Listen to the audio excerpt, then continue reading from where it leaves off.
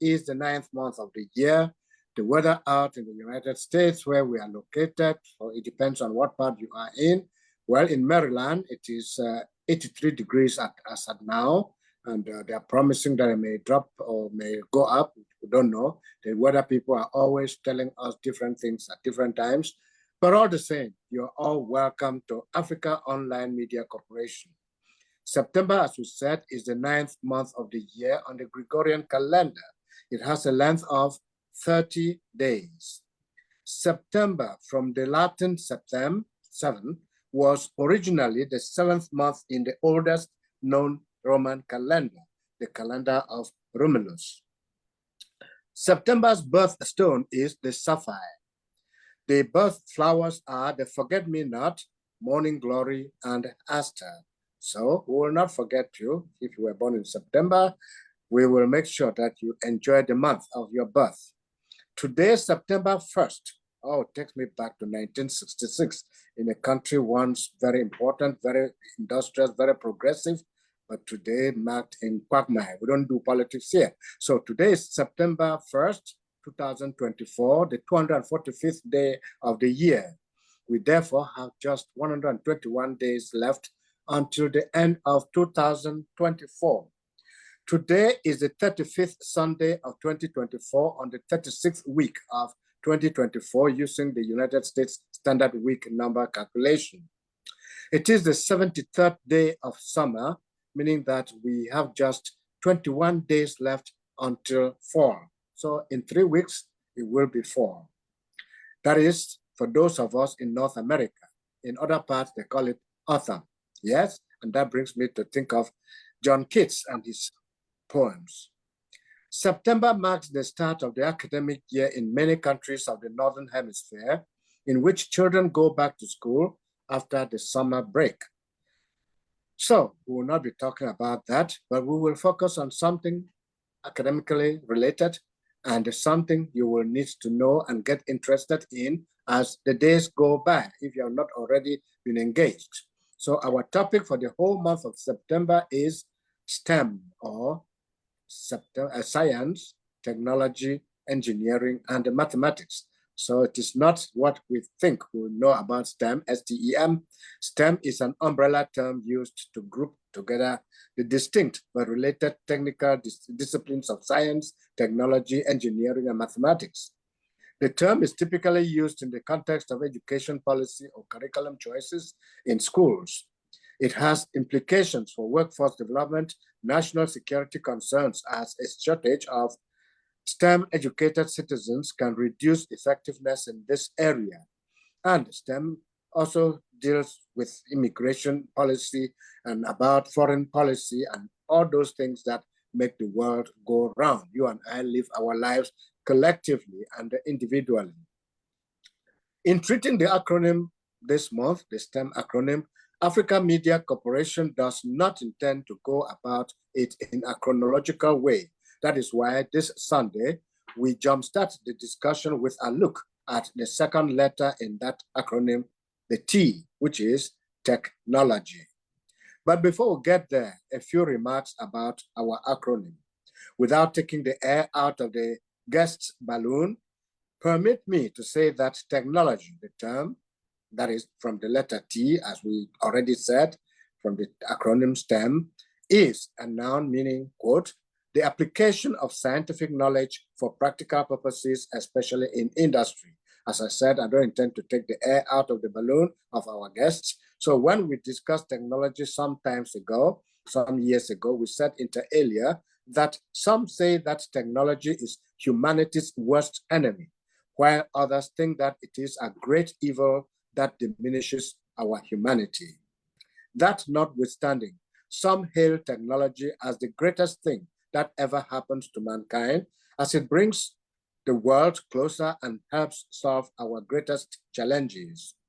But love it or hate it, accept it or shun it, technology is a necessary evil. From when primitive man discovered fire by rubbing two stones together, to putting man on the moon and successfully transplanting a human heart, technology, like everything else man-made or coming from man, has its pluses and minuses.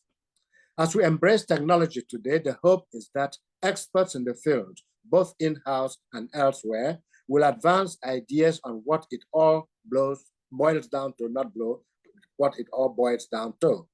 We also hope that they will be able to raise a general level of awareness and advance such solutions as can be implemented on the continent of Africa. We'll continue to say continent.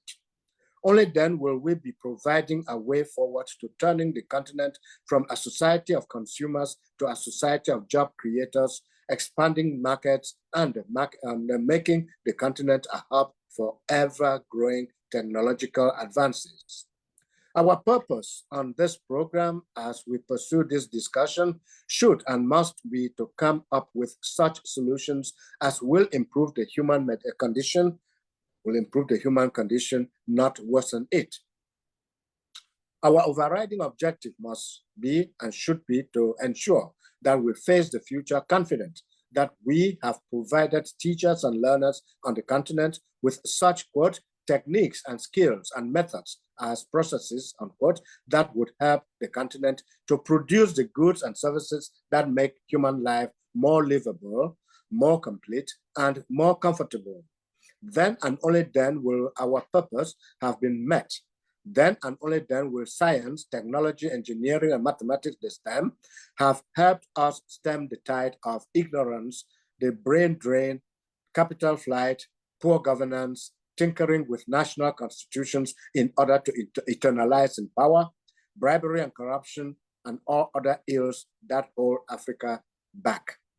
Technology will only help us stem the tide of underdevelopment when and if leadership rolls out a level playing field, listens to the people rather than to the former colonial masters or some other so-called advanced nation pretending to empathize with our people. As we engage the STEM discussion this first Sunday in September 2024, we invite our guests to tell us how technology can help us transform business and personal growth in this 21st century. Over now to our CEO, Reverend Dr. Pam, who will be speaking and introducing our guests. Over to you now.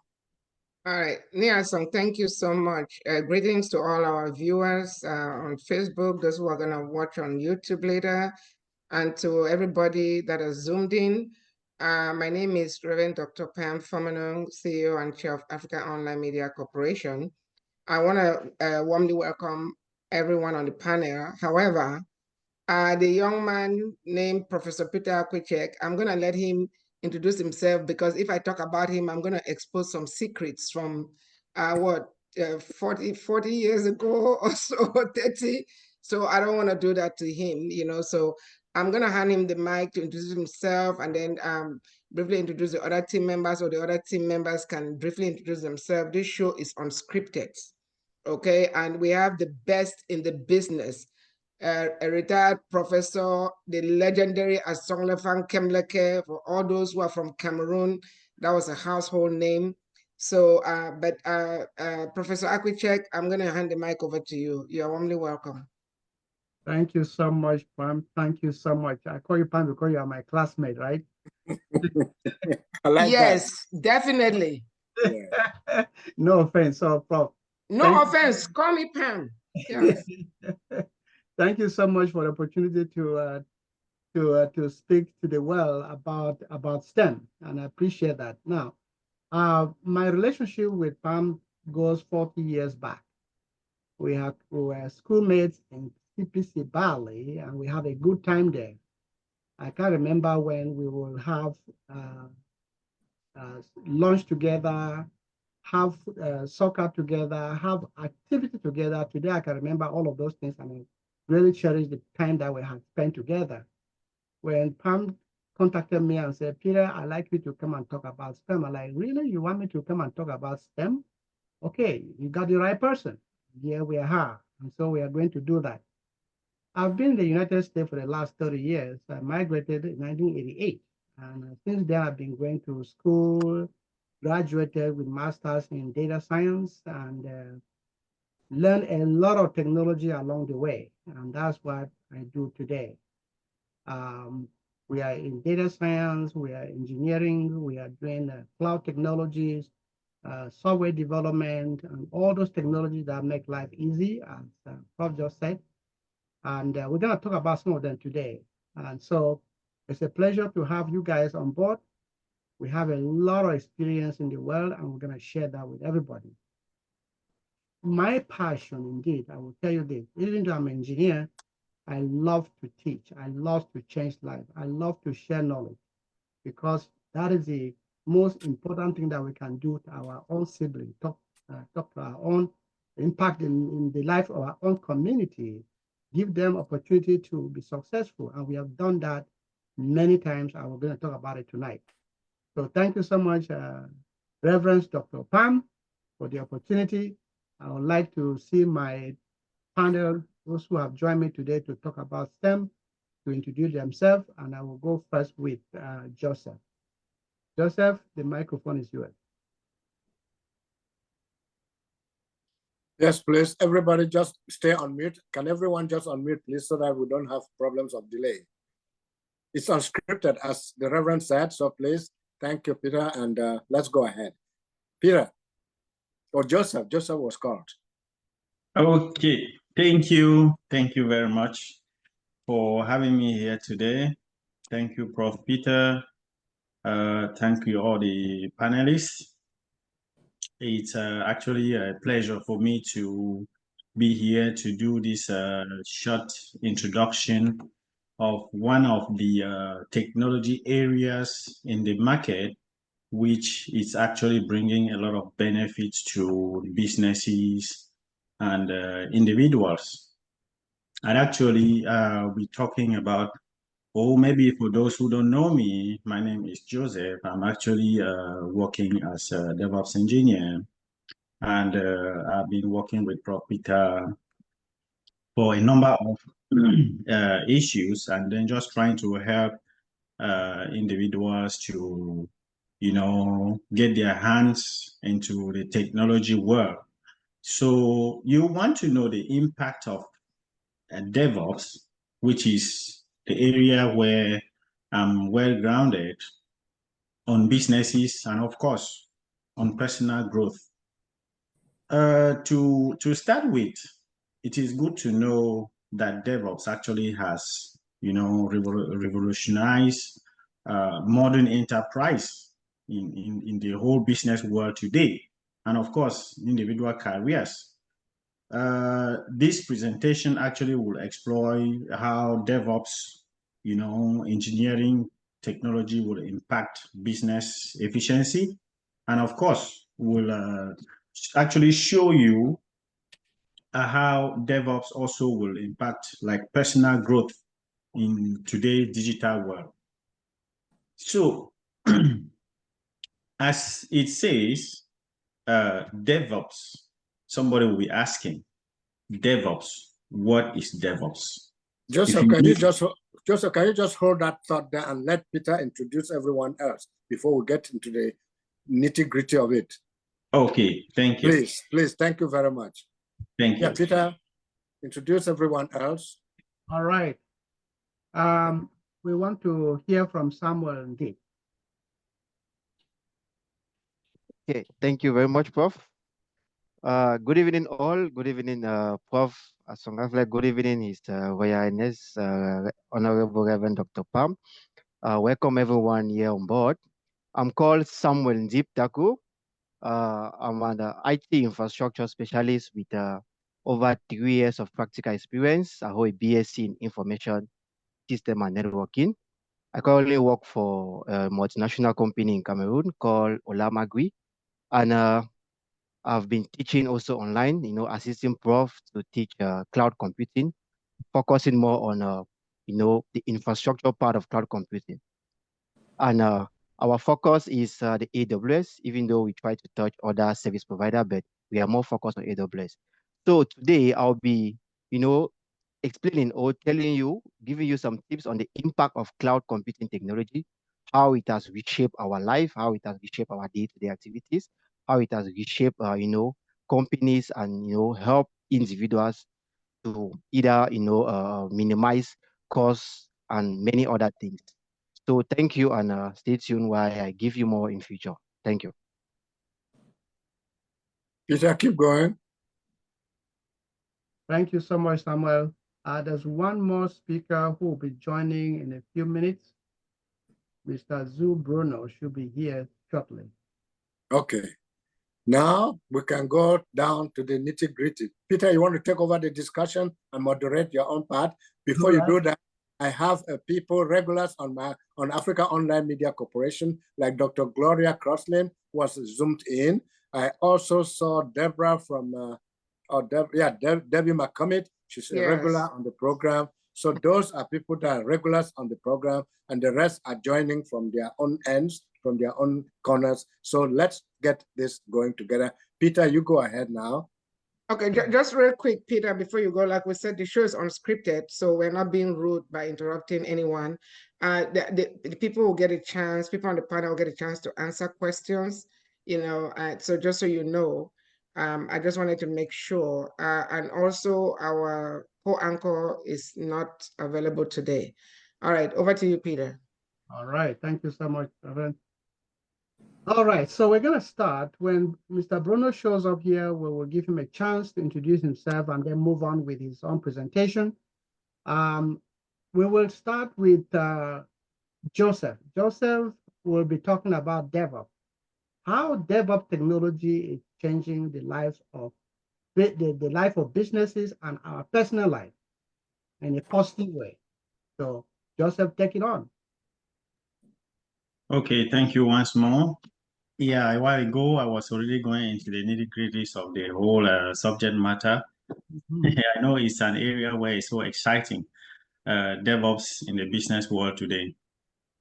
So as I earlier mentioned, DevOps actually is, making a lot of impact in modern enterprises today, and also in the individual careers. This presentation actually is exploring how DevOps engineering technology actually would impact businesses, or is actually impacting businesses and the efficiencies, and also individual and personal growth in today's digital landscape. Somebody will be asking, DevOps, what is DevOps?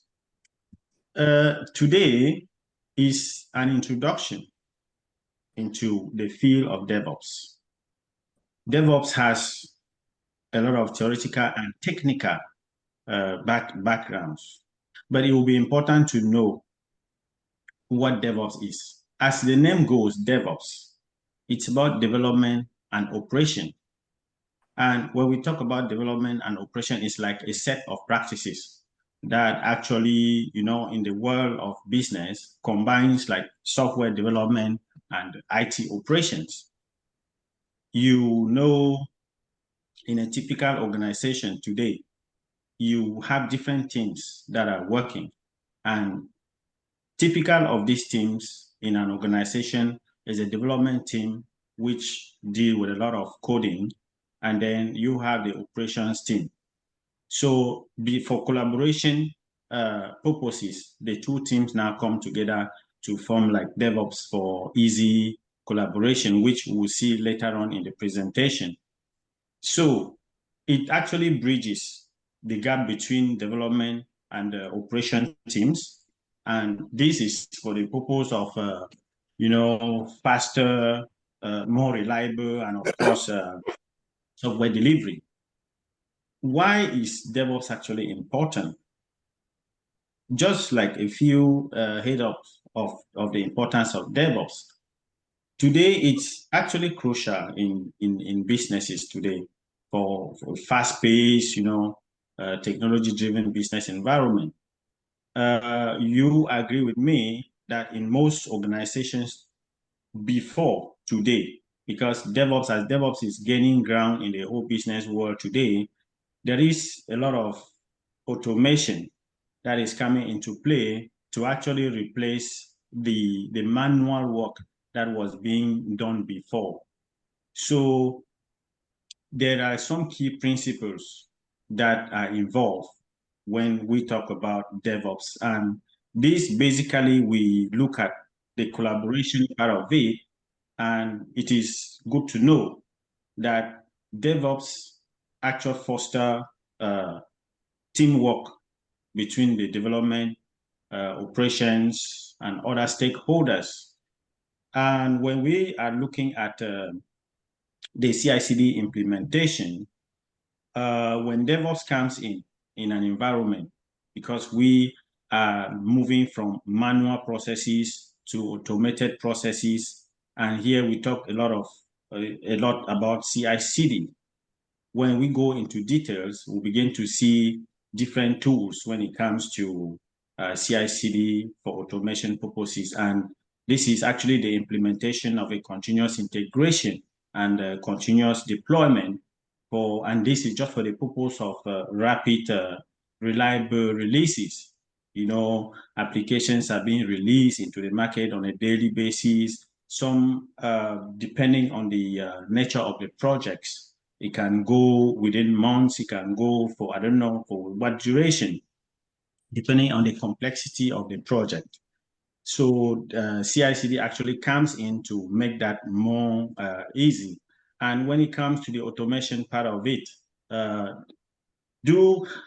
I remember working in an organization back in the days where there was like a small room where when you get into that room, you will see like big machines. And those big machines, I only came to realize that they were like servers, and they will always be like end of day run in order to recover all the operations of the day. And manual work at that time was actually a talk of the day. So today, one of the key principles of DevOps today is that automation part of it, which actually comes to automate repetitive tasks in the environment just to improve efficiency and, of course, reduce manual errors.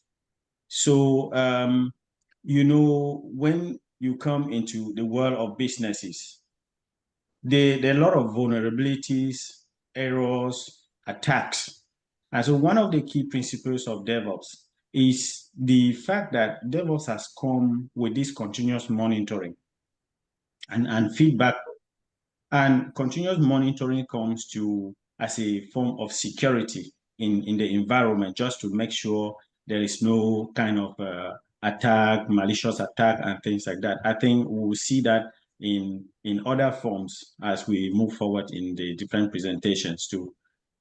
Now, we want to see how DevOps has actually transformed businesses of today, because I know back in the years, there were a lot of manual processes and businesses like releasing, like as we always say, farm to market products and then application release into the market. They were like time consuming. But today, with the coming of DevOps, how has it impacted businesses?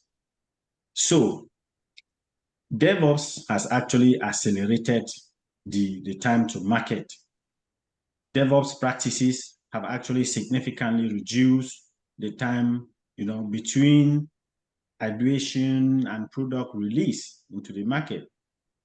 Today, it is very easy to see the start of building an application go like seamlessly within a very short time and get released into the market, unlike before when it could take like many months. So because of DevOps today, that time has been reduced. And also in terms of quality, the quality of service, DevOps has introduced automated testing and what we call a continuous integration, which actually leads to more stable and reliable products. And you will agree with me that because of all this time, you gain time, and then you do automated testing, you monitor the environment. What is the result? Of course, cost savings. So that's one of the advantages and one of the impact that DevOps has brought to the life of businesses today.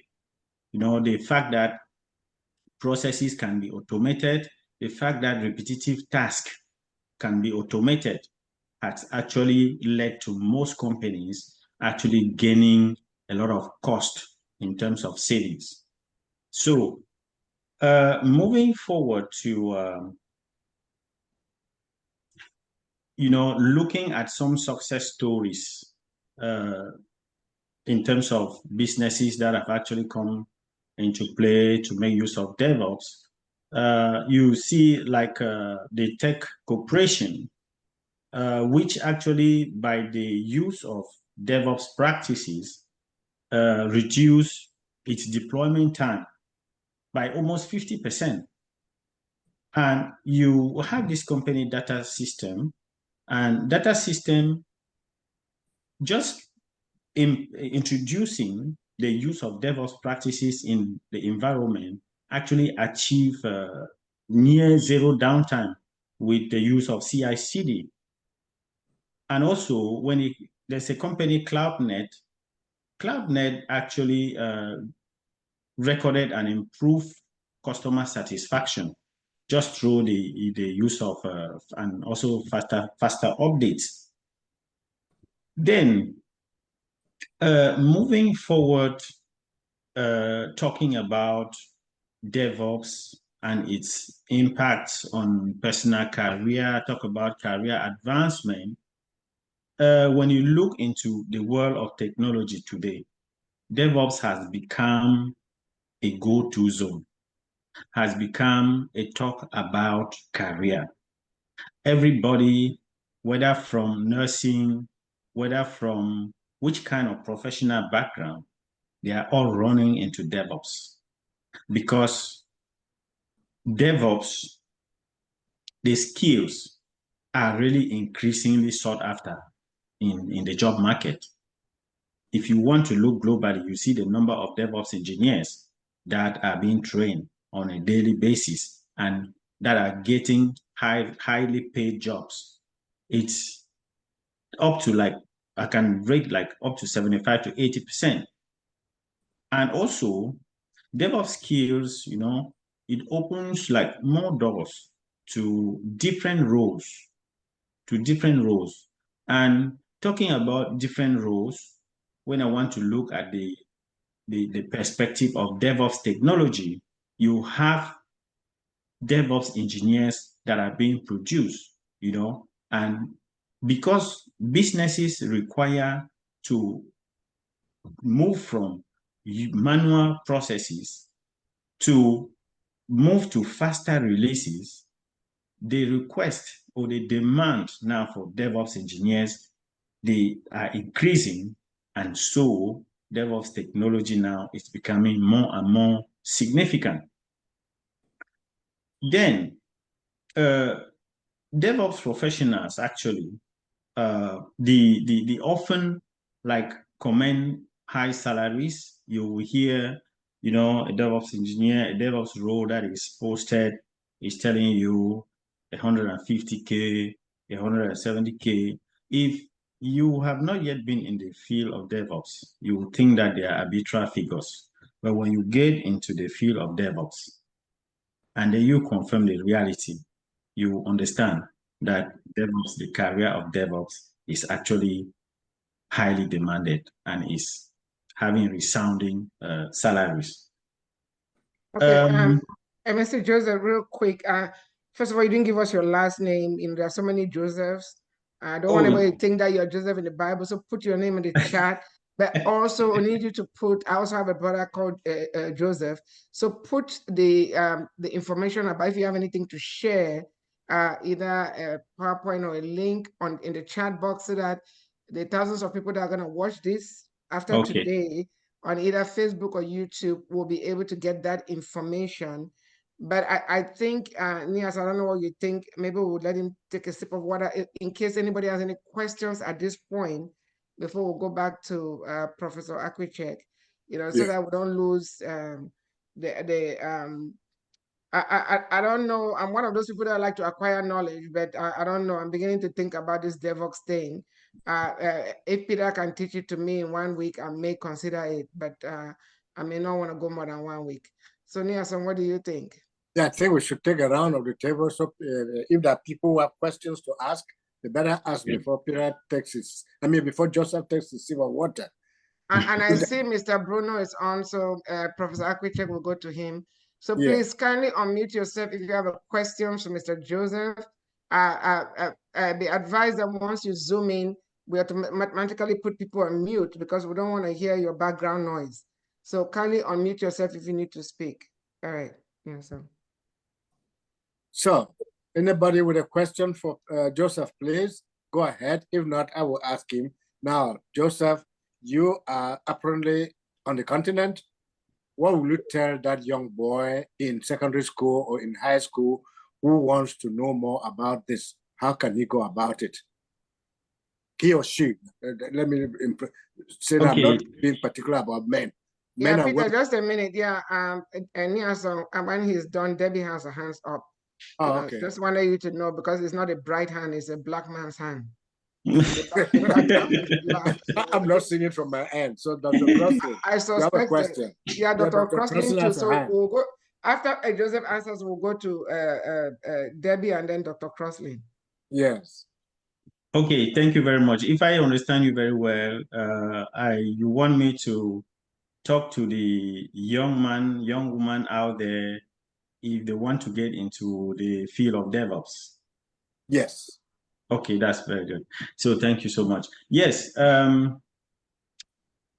primarily, to get into the field of DevOps, you need to, first of all, have the passion for the profession. And you need to get to knowing about DevOps. And there are various areas where you can seek to know.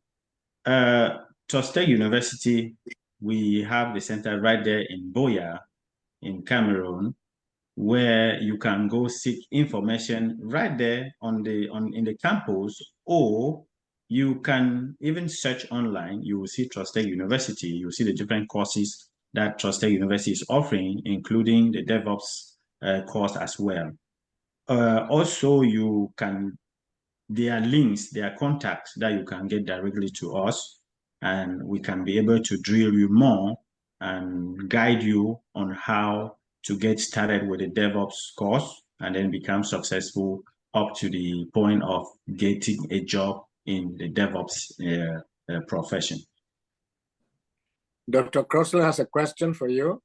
Yeah, real quick, just before Dr. Crossley or Debbie goes, Peter, this young man, Joseph, just said you have a center in Boya. So since I'm the development queen of Ada in Ghana, after this show, you and I have to talk because you have to come open up a campus in my kingdom in Ghana. I'm not asking you, I'm telling you, I'm sure you know how I operate. I know. All right. You're welcome, no problem. Dr. Crossley, your question. Okay, so I don't know what DevOps, D-E-V-E, is that what you're calling it?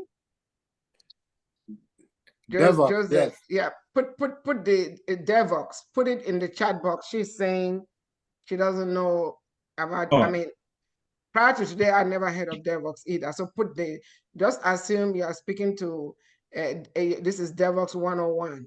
Put it in the chat box. That's what she's asking you. Oh, she says she doesn't know what that is. DevOps means, yes. What? Yeah, DevOps is like that. Development operation. DevOps is like that. So it's engineering. I got that part. IT engineering. I got that part. Mm-hmm. And so is DevOps the name of the business or the process? It's actually a culture. It's actually a culture. And it comes now to bridge a gap. It's actually, look at the organization in a business environment where you have the full exercise of technology, engineering, you have the development team and you have the operation. Normally, these two teams, they used to work like separate teams, but there was always a kind of antagonistic ideas in between the two teams. So at one point now, the development team that are made up of developers who actually write the codes, which I don't want to go into the technical part of the presentation now because it can be more confusing. It's not really good for the session. You have developers who actually write the code, and then you have the operations, the operations. So at one point, the two teams, they had to bring them together to bridge. This bridging is to actually foster the culture of collaboration between these two teams, and then making the working environment, seamless for the two teams. So the DevOps actually is like a culture. Thank you very much. I understand development operations as a culture where you guys are blending the development and the operations team as one to help it to be seamless in operating and planning and the infrastructure. And so my question is, does it save the company money? Does it help products finish faster? Yes, the implementation or the use of the DevOps practices actually enhances the release of applications into the market faster. Okay, if that is... Yeah, Debbie's hand is up. Okay. Debbie, please take your turn. Question for Joseph or general question. Kindly unmute yourself. Debbie, you're not unmuted. Unmute yourself, please. Debbie, can you hear us? If you're speaking, we can't hear you. You're muted. Yes. While we're waiting for Debbie, does anybody else have questions for Mr. Joseph before we hand back to Professor Akwichek? How new is this process? Joseph, that's for you. How new is it? How new is the DevOps process? Yes. The history of DevOps, if you want to look at the history of DevOps, not the specific dates, but it's been in the market for quite a long time. Maybe for the past 10 years, DevOps have been in practice. DevOps have been in practice. So different companies, they use, especially with the coming of AWS and Azure, GCP, and all those. Well, go ahead, Dr. Crossley. Professor Niasan, so you know Dr. Alawali here in the United States in Maryland. He owns an IT company, and I would be interested to see how he would be able to utilize DevOps in his process. Does it work with government contracts and things like that, Don? Definitely, yes. Let me jump in for a minute here, if you don't mind. Professor Akwichek, over to you. All right, so let me give some highlight on that. So DevOps is a concept, it's a culture that it's not old technology indeed. It just emerged several years back. The reason is because when an application is being developed, all the things that we use today are applications, like WhatsApp, like Facebook, and all of the things that you use are applications. They all take a life cycle to be developed. It takes a long time to develop those, and they put together a lot of developers. Once they are developed, maybe the first version goes out. Then operation takes it and install the applications so that users can get access to it. When things don't work, what happens? There is a serious blame game here. The operations are blaming the developers for not doing a great job. They gave them some bad code. They gave it a delay on it. The developers say, you guys don't know how to install it. You guys don't know how to support the system. That blame game caused people to be resenting from each other. They don't promote communication. They instead delay that cycle of deployment. That's where companies lose a lot of money. That's where companies even lose resources, because developers who are very good in doing what they are doing, when they get blamed for nothing, when they did the right thing, then they will leave. The company will lose resources at that point. So DevOps is truly enhancing the process of deploying those applications in a more efficient way, so that it gets to market faster, and then make money that way. And that's why they're paying a lot of dollars for people who understand DevOps culture. It's a fairly new environment, not too old at all, but the demand is high because it helps to remove that blockage, that finger pointing, that fight between two departments. The blame game is not good for business. But how does processes, but how does this help me improve my living condition? Okay. Now, for that question, it will improve your living condition, because let's say, for example, you want to earn 6 figures. If you learn the culture of DevOps, you can decide to say, you know what, let me change my career. You're going to be earning 6 figures. Some people even earn 2 jobs just doing DevOps, over 300,000. That will change your life. Okay. Because the guy on the street in, say, Cameroon or Sierra Leone may want to know how to get a better life, the better living conditions than what he already has. Absolutely, absolutely. Well, Peter, let me just weigh in here. Yes. Go ahead. Like you heard me just say it declared on this show, we are going to set up a Trust Tech University in Ada, and all those young men there, they're going to be trained not just on DevOps, but everything else, on Amazon Web Services, and all this other, because we're trying to end the brain drain. We want to keep them in Africa. So Professor Akwichek and Samuel and Bruno and Joseph and all his team, they are going to train these children. And I'm getting a call from overseas, so I'm going to mute Niasong back. Professor Akwichek, back to you. Yes. All right. So thank you so much. Thank you so much. We are excited about it. Actually, I have a lot of relations in Ghana. I have a lot of professional relations here in the U.S. Ghanaians who will do business with them.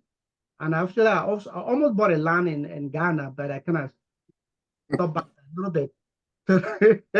So Ghana is my place to be. Thank you so much. We will be there. We will be there. So Prof and everybody else, DevOps is a good culture.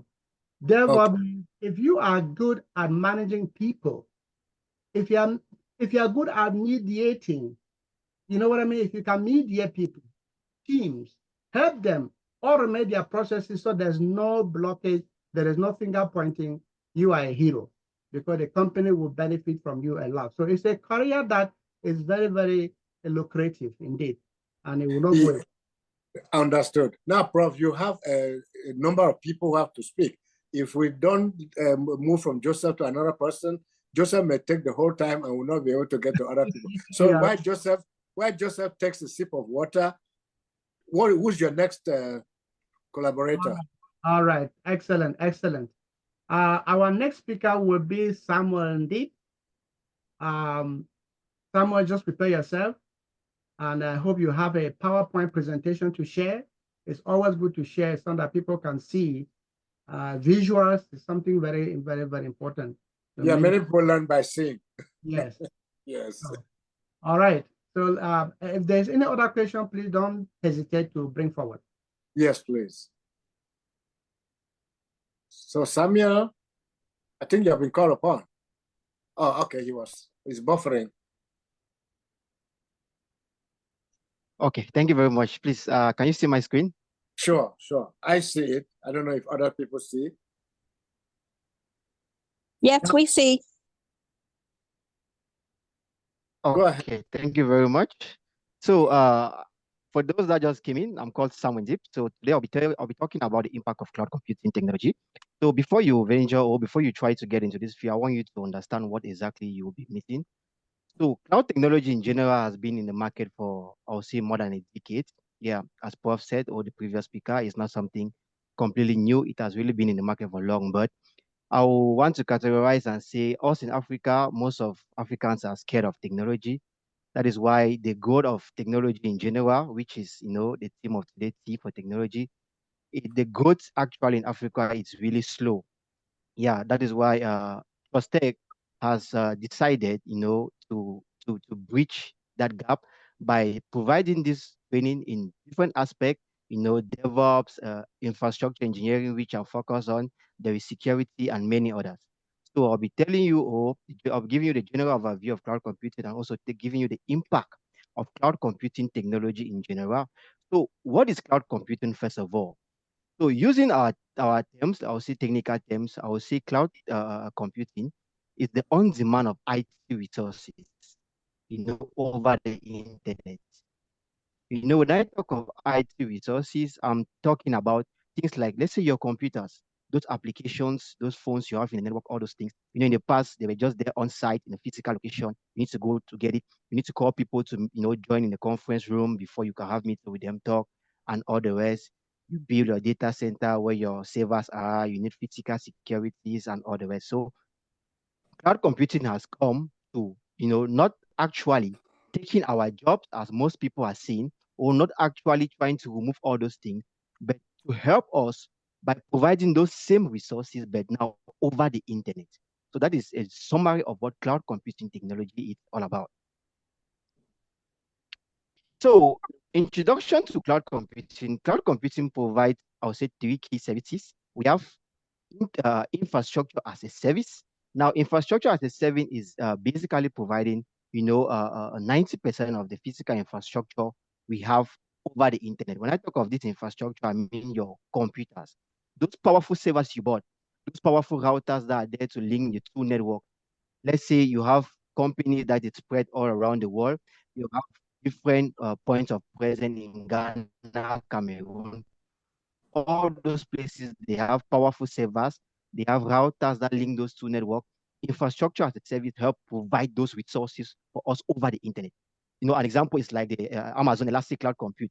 If you want to do a very powerful task and you need a machine of like, let's say i7, a machine of like 2 gig dedicated of graphics, go buy that machine presently as we are talking, might cost you more than $1,000.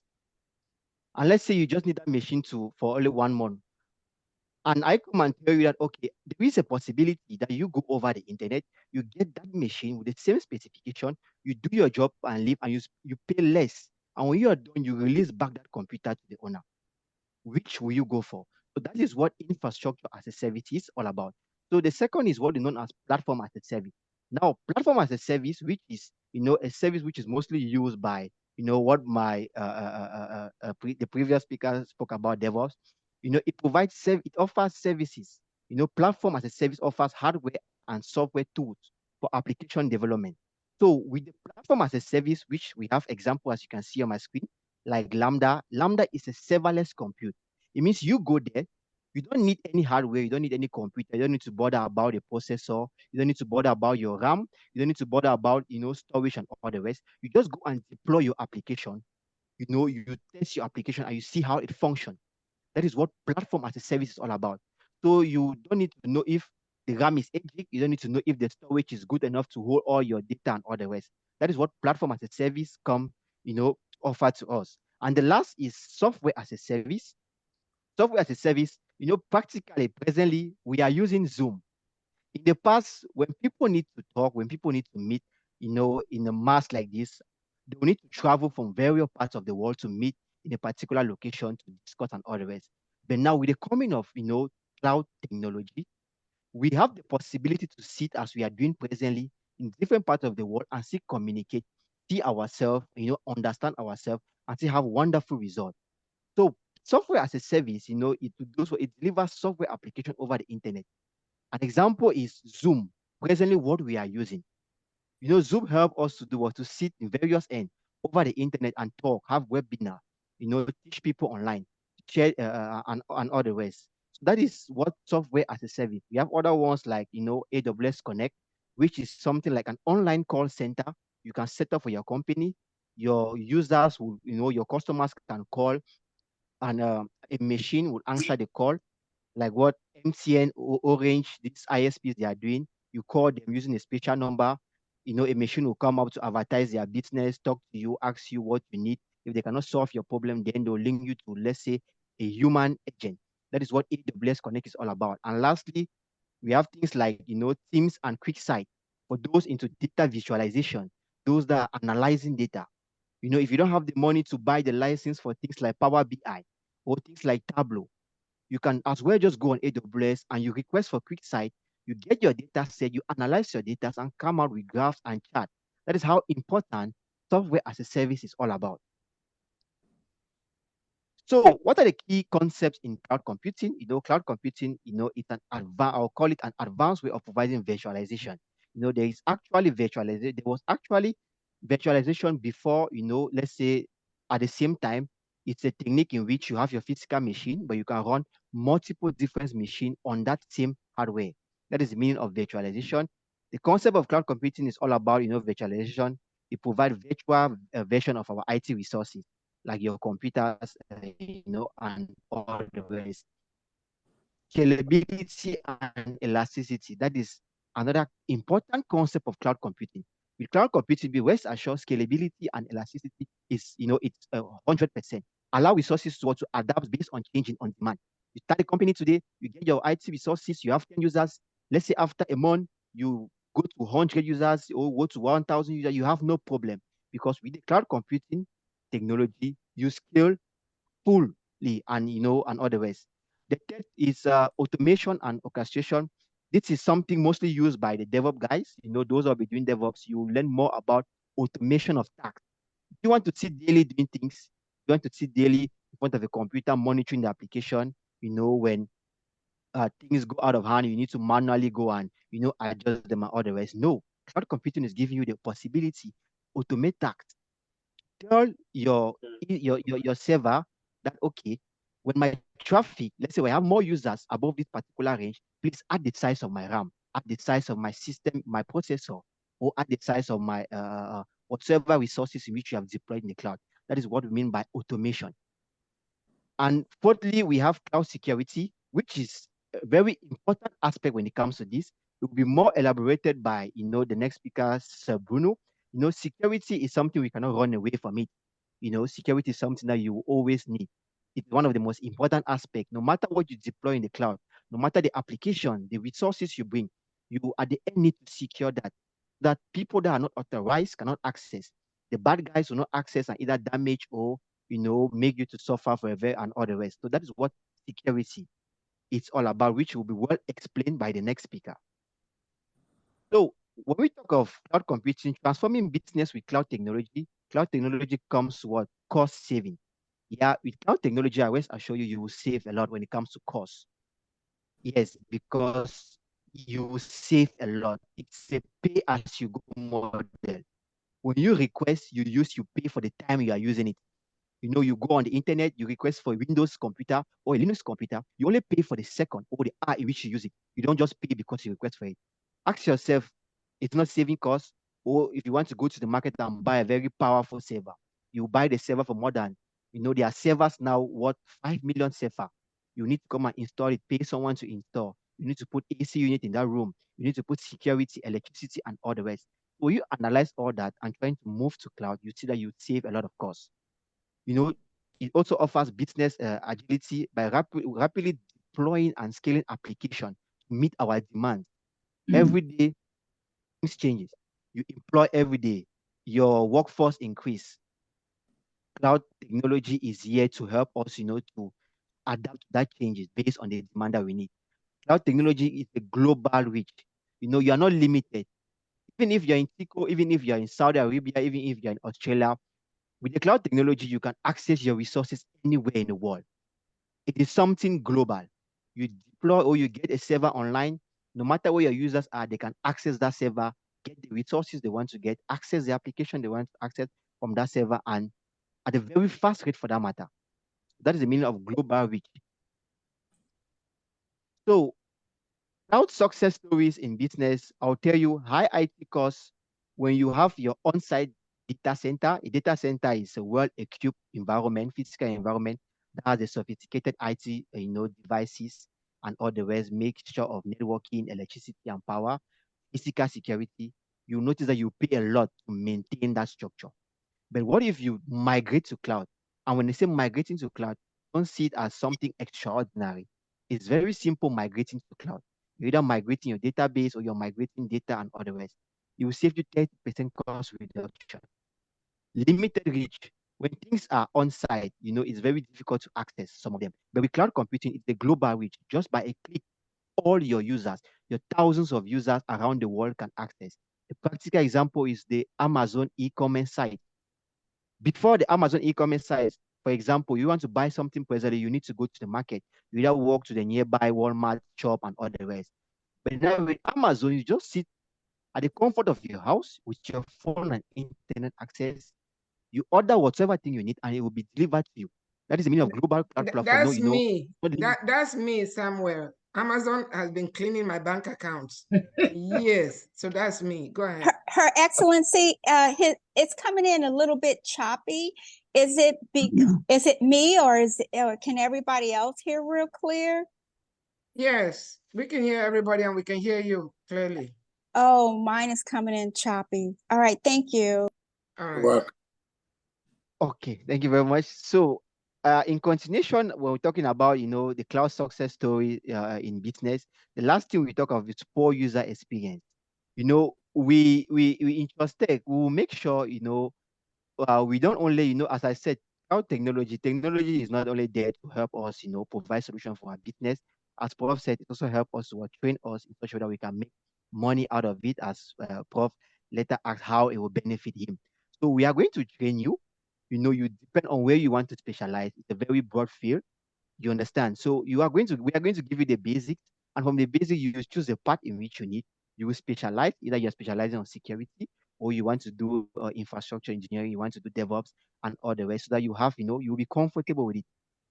You understand? You'll be satisfied, so you can provide those beautiful solutions to your customers and all the rest. So advancing career with cloud skill, cloud everyday technology involved. Presently the world is booming when it comes to AI. Things are evolving. That's how cloud computing also is evolving, trying to adapt all those things. So we have high demand of what we need professionals around the world. We need people that master these skills, that will be able to provide them, that will be able to deploy them, provide resilient solutions to companies, individuals, and all the rest. It has diverse part. When you talk of cloud skill, we have diverse part. Either you're a cloud engineer, DevOps engineer, security engineer in the cloud and all the rest. The competitive salary, they do pay well as based on my research. The cloud world, they pay well. And, it's not only about the money, but it gives you the flexibility, or I would say the possibility to work from the comfort of your house. You sit, all you need is good internet connection, your electricity, your laptop. Then when you have the skill, you work, we say freelance or working remotely, and you're being paid at the end of the month. And it's a continuous learning something, technology involved, things change, new technology come in, skills are being added. So it is expanding, and you understand. So building a career in cloud technology, Yeah. first of all, need to identify. I'll start by can you do 1 second, please, Mr. An8b? Pause there for a second.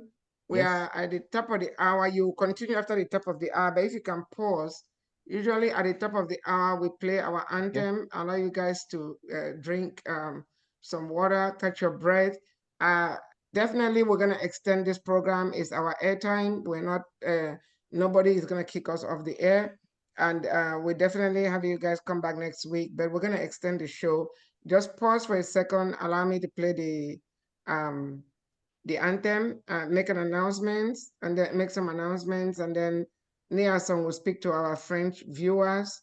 Sounds so and then we'll come back to you. Is that okay? Yes, ma'am. There's no problem with that. Thank you. Okay, just a minute.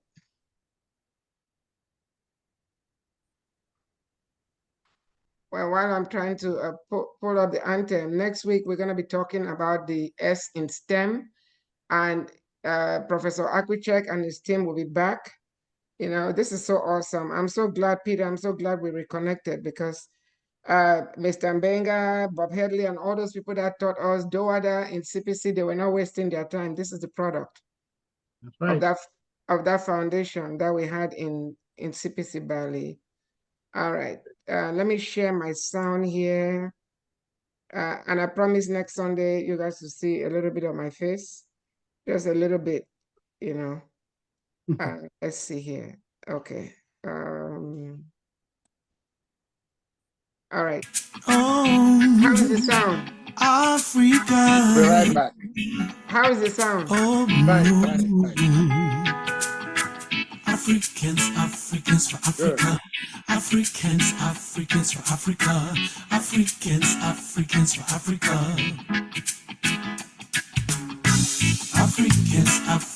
Africa. Africans for Africa. Africans for Africa. Africans have many bright ideas. If only you let us share. If you really want to know my history, please come, sit down, listen to my story. God gave us a wisdom. He guides our footsteps, makes us shine and transform. Hey, as one people, with so many cultures, yet indeed we are one. Stand up, Africans, let's save Africa. Let us all unite behind Africa Online Media Corporation. Stand up, Africans, let's save Africa. It's time to come together, promote awareness, progress, and solution. Yeah. Africans for Africa. Africans for Africa. Africans for Africa. All Africans can rally for a common cause, to believe without judgment in what our brother does. To identify and resolve our challenges, to allow each other's ideas without regard to standards. As one people with so many cultures, yes indeed we are one. Stand up, Africans, for Africa. Let us solve our problems plaguing our continent. Stand up, Africans, let's save Africa. Let us empower Africans in and out of Africa. Stand up, Africans, for Africa. Africa Online Media Corporation, that's a good way to start. Stand up, Africans, let's save Africa. They have all the resources we need to benefit our society. Oh.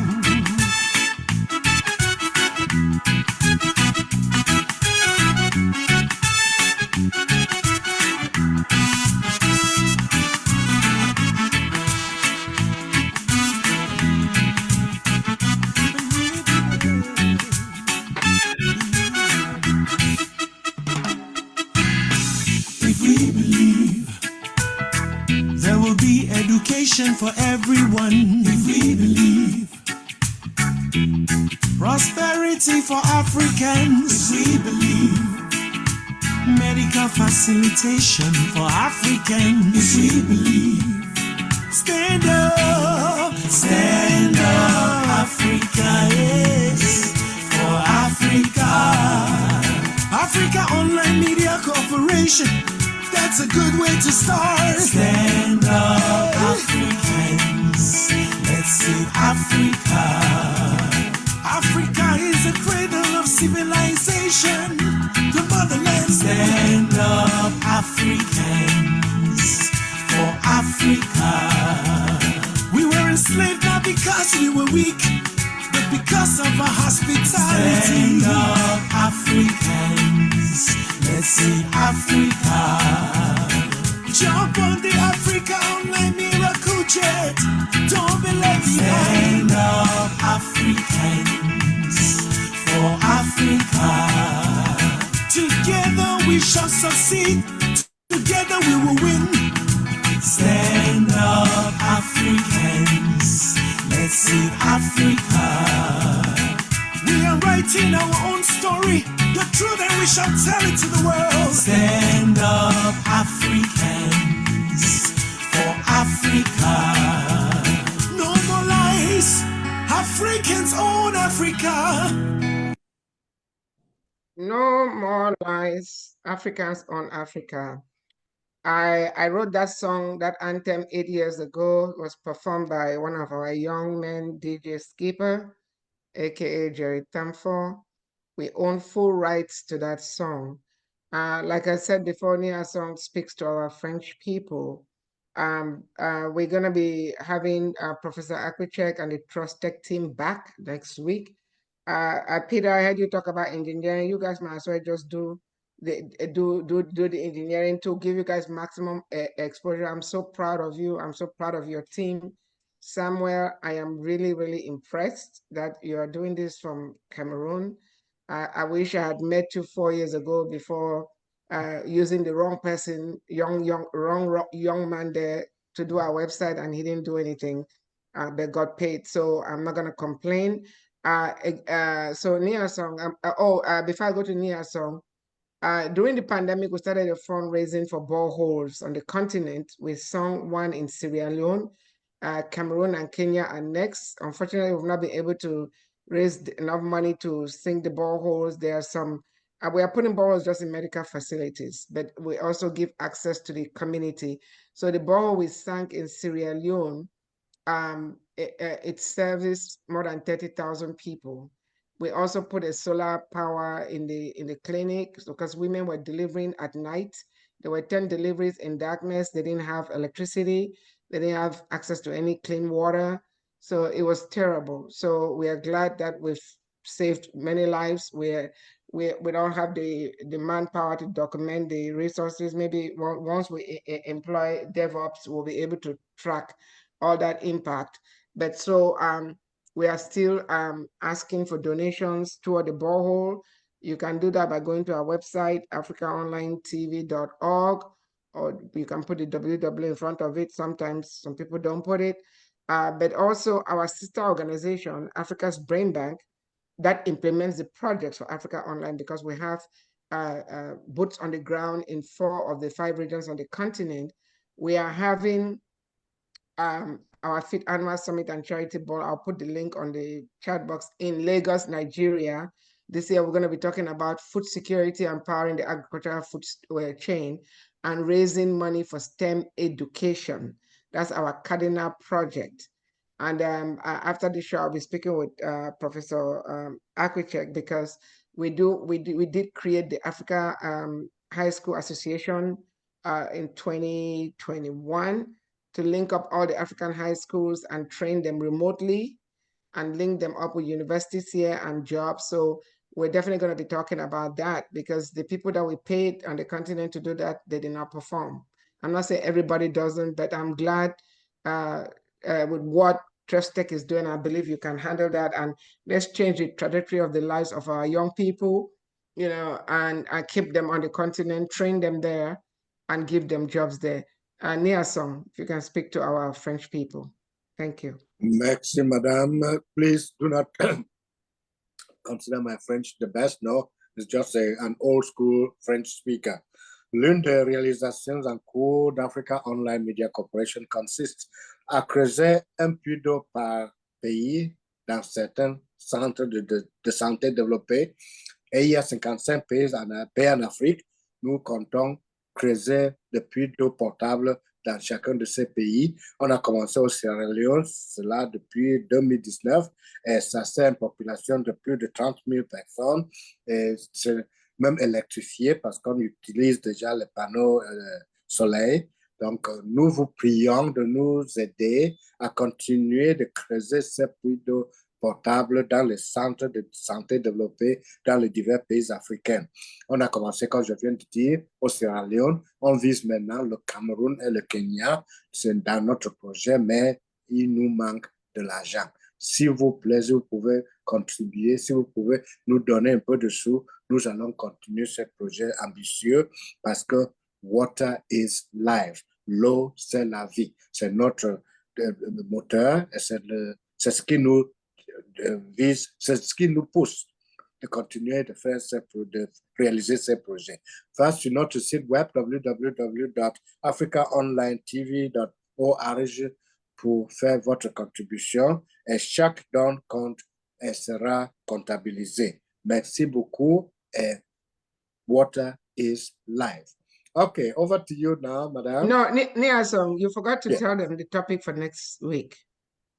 Le sujet de la semaine prochaine, c'est le deuxième lettre dans notre acronyme, donc science, science. Donc technology, science, of course. We didn't start with the technology. Well, I mean, we didn't start with the science, but we started with technology. So next week, we are going to be focusing on science. The same team will be here. I believe Dr. Peter Akwichek will be with us again next week. Bring as many of He has no choice. If he loves his life, he has to be here. Well, I wish I had some servants around to also challenge. All the same, that is that, and we will be back next week, but we're not at the end yet, so let's get back to this. Okay, real quick, we'll let Samuel finish his presentation, then I think we want to give the other people on the panel an opportunity to ask any questions before we continue. Peter, is that okay? Yep, that's good. That's good. Yeah, and the time. Yeah, the airtime is our time, so we'll extend the show by 30 minutes, and then we'll continue next week. So, Dr. Crosslin, can you wait to Samuel finish, or it's a pressing question? Well, I just want to make sure I understand so far. Okay, go ahead, Dr. Crosslin. Okay, so it's about cloud storage. Samuel, that question is for you. Yes, I'm listening, madam. Dr. Crosslin wants to know if you are talking about cloud storage. Yeah. In cloud computing, we also have storage services. There are many of them. We have what is known as S3 bucket. S3 bucket is a storage service which is mostly used by many companies today. Like, I'll give you a practical example. We all have OneDrive. Those people using iPhone, we have your iCloud. Most of those companies, they offer those storages they give to you. Those are cloud storages. And most of them, they get those storages from company like Amazon. They go get it from Amazon and come and resell to us. So in cloud computing, we have storage. We have storage, as big as you want, depending on the space. Is it in gigabyte? Is it in terabyte and all the rest? Dr. Cross, are you satisfied with that question? With the answer? So, okay, so DevOps is cloud storage. No. No. DevOps is not cloud storage. DevOps, like, there are two words, development and operation, is a practice. Right. The practice. You're so up. when you talk of cloud storage, it's like a space in the cloud where you keep your information. Can you hear me? Yes, I can hear you. I was still okay. Yeah, that's why I was okay. So we switched topics, and so now we're on cloud storage. Right. Yep. Yeah, Yep. he was doing a presentation. So I think we should let Samuel finish his presentation. Okay. Then we go around the table and take questions, and then we'll go back to Professor Akwichek. So Samuel, you want to finish the last end of your presentation?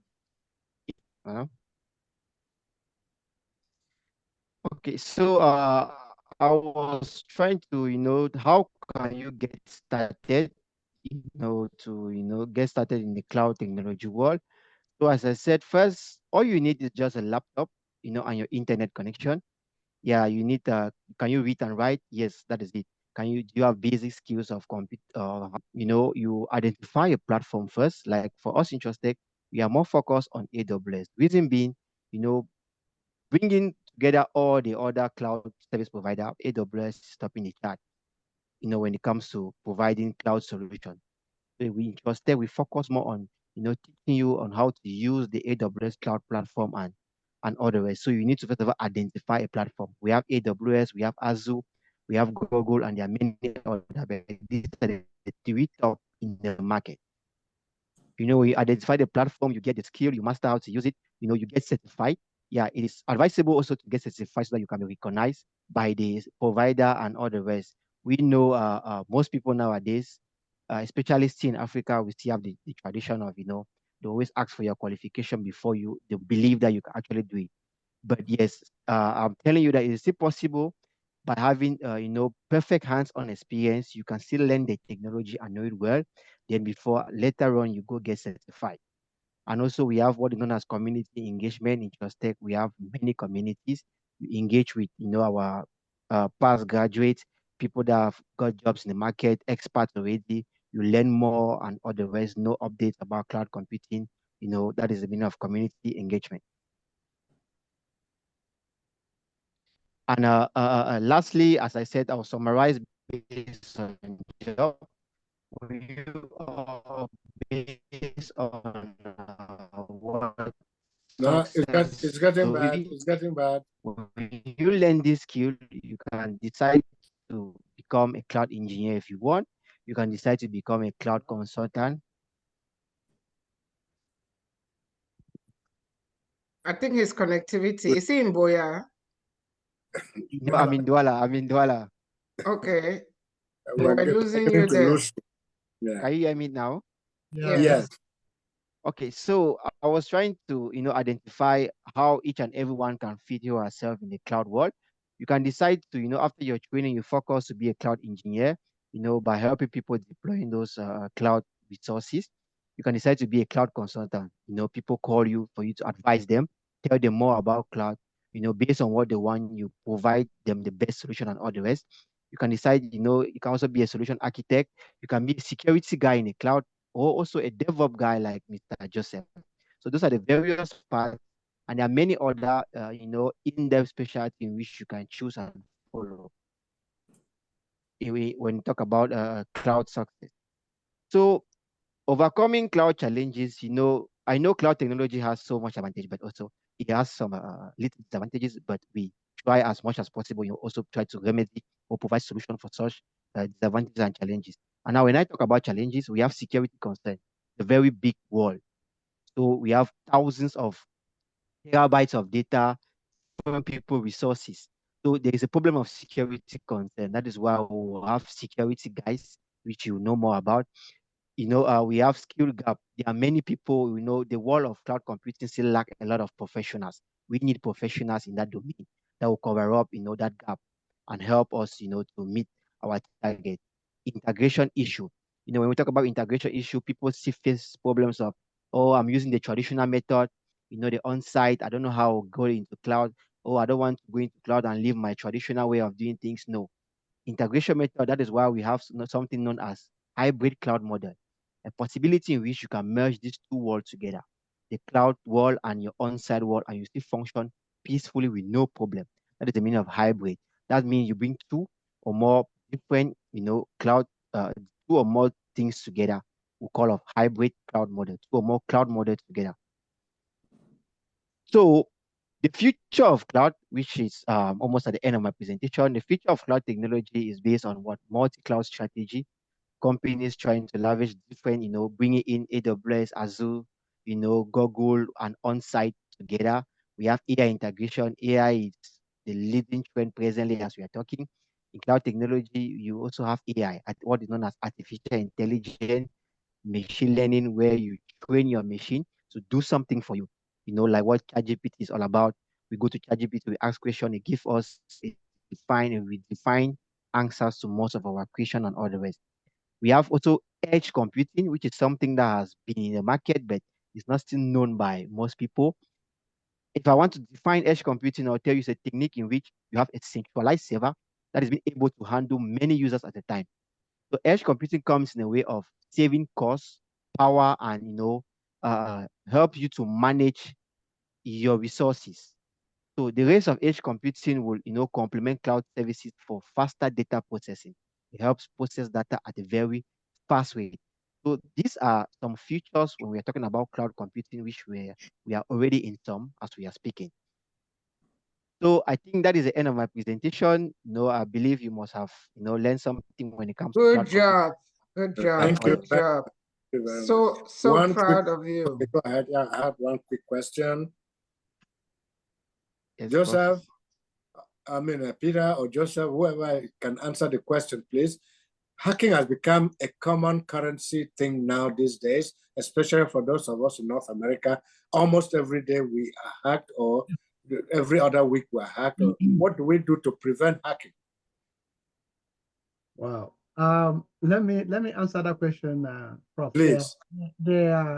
We have an expert in the house. We have our well-renowned expert who has earned Africa's heart when it comes to cybersecurity. Yeah. He has won a lot of awards, and he even has some of the tools that companies are using today to benefit security and so on and so forth. He will be talking about that in the next segment, and that was all right. Delay here.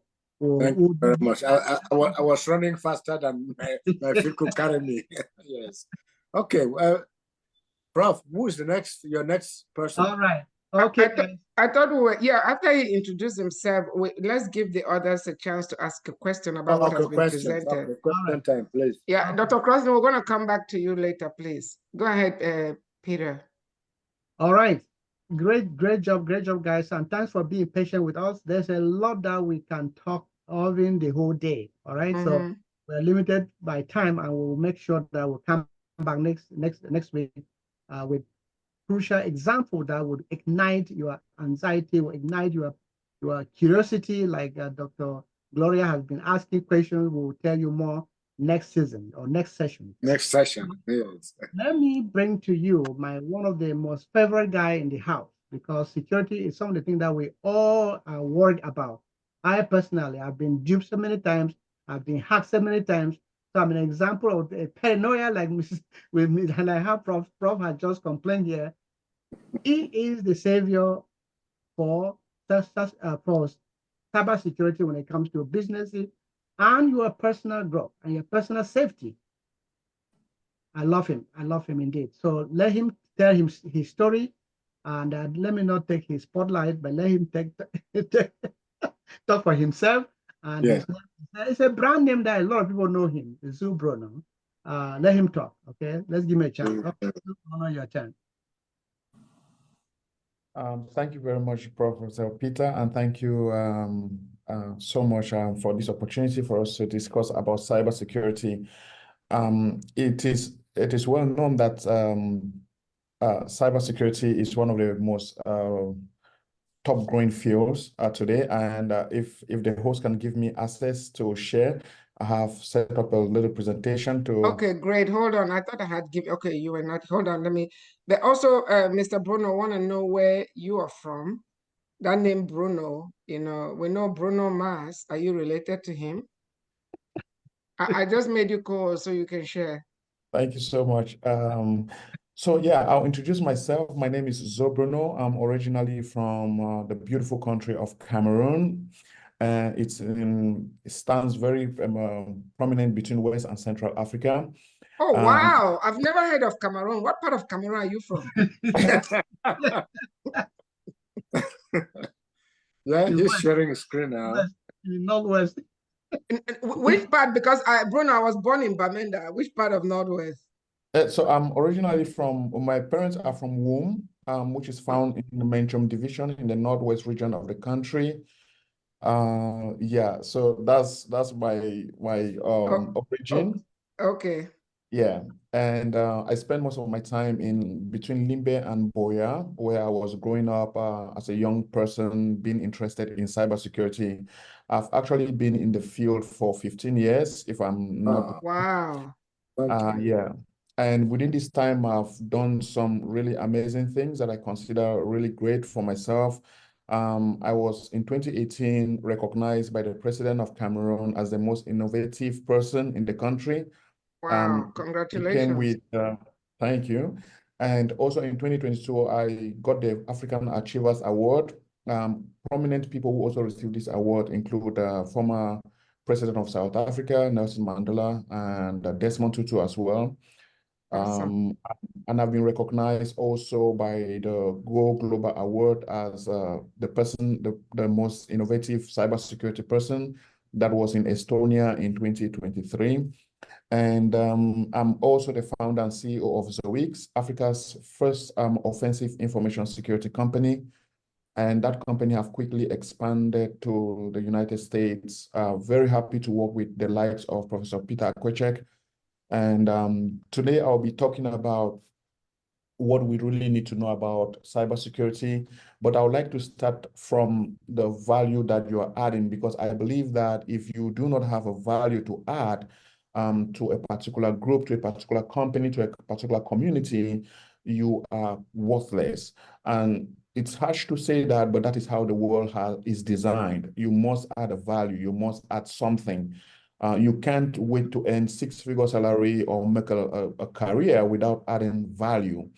And so in cybersecurity, the thing we're looking at first is the value you're adding, because it's becoming a very dangerous world. It's so dangerous, as we will see in this short presentation, that I think, in my personal opinion, and I've written this in one of my books, and I said that if there's going to be a third world war, it's not going to be fought with guns and bombs. It will be fought with codes and computers. And I'm very, That's very right. serious on that particular view. Yeah.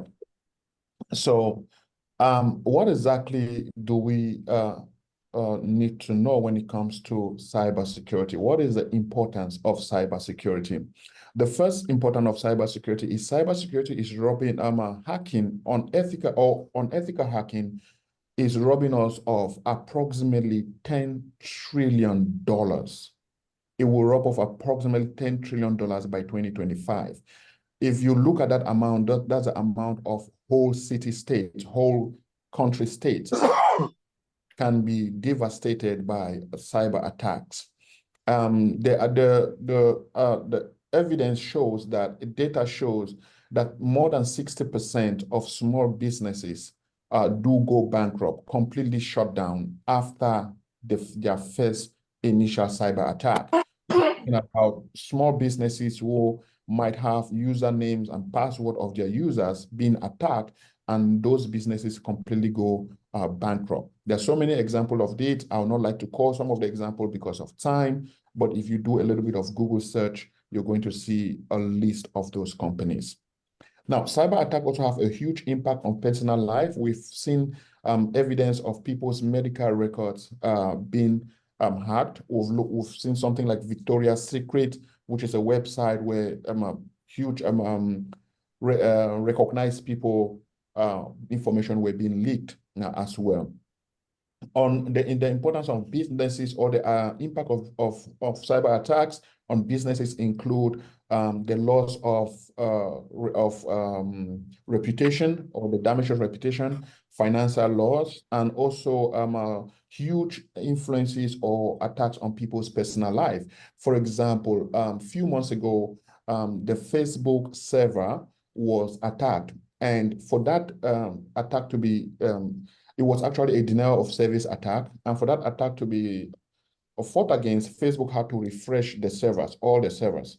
And that created a huge global, not just United States, a huge global outcry where people were saying, oh, I can't use WhatsApp, I can't text this person. Businesses and deals were suspended just because of those attacks. And that really goes to show the importance of having a cyber department in any country, in any firm, in any company, in any industry. Just some few statistics to show you how important this is. Common cybersecurity challenges. We have 95% of successful phishing attacks. A phishing attack is where someone creates a page that looks exactly like what you know. For example, I can create a page that looks exactly like facebook.com, and because you think that is facebook.com, you go ahead and try to log in. But when you try to log in, I do get that login information. Then I now go to the real Facebook and log in as you, and that leads to a lot of breaches. Now, I've used Facebook as a very simple example, but imagine if I was able to create this for Bank of America, for Chase, and then you can start seeing a lot of banking credentials, banking information going into the wrong hands. There's been 1.5 million ransomware attacks where computers are hijacked by hackers, and the companies or the individuals are being told that they need to pay off a particular amount of money, mostly in cryptocurrency like Bitcoin and Ethereum. And this has led to a lot of money being lost, up to the tune of 20 billion in 2023 alone. So that's a lot of money if you ask me.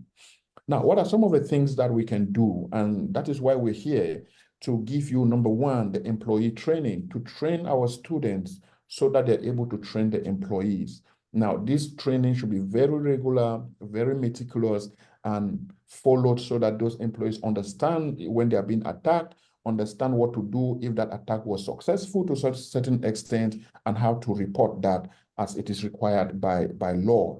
We also teach things like the implementation of multi-factor authentication, which, as you know, two-factor authentication right now do not really even solve the problem.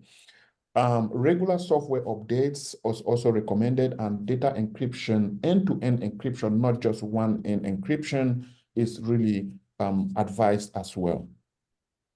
What are some of the things that we can do in our personal life to mitigate cyber attacks? Number one, we can implement strong passwords with different capital and small letters, as well as special characters. We can use security softwares like antiviruses and firewalls to protect our personal data. We should make sure that we follow the privacy settings and also use secure networks. Now, I usually talk about this very much because I notice people, when they go to the hotels, they immediately connect to the hotel Wi-Fi, and they go online, they want to work, they want to do some business, so they connect to the hotel Wi-Fi. Most people go ahead and connect to, even in McDonald's, even in some parking lots, even in hospitals, they connect. And this, I don't want to even mention airports because that's just crazy.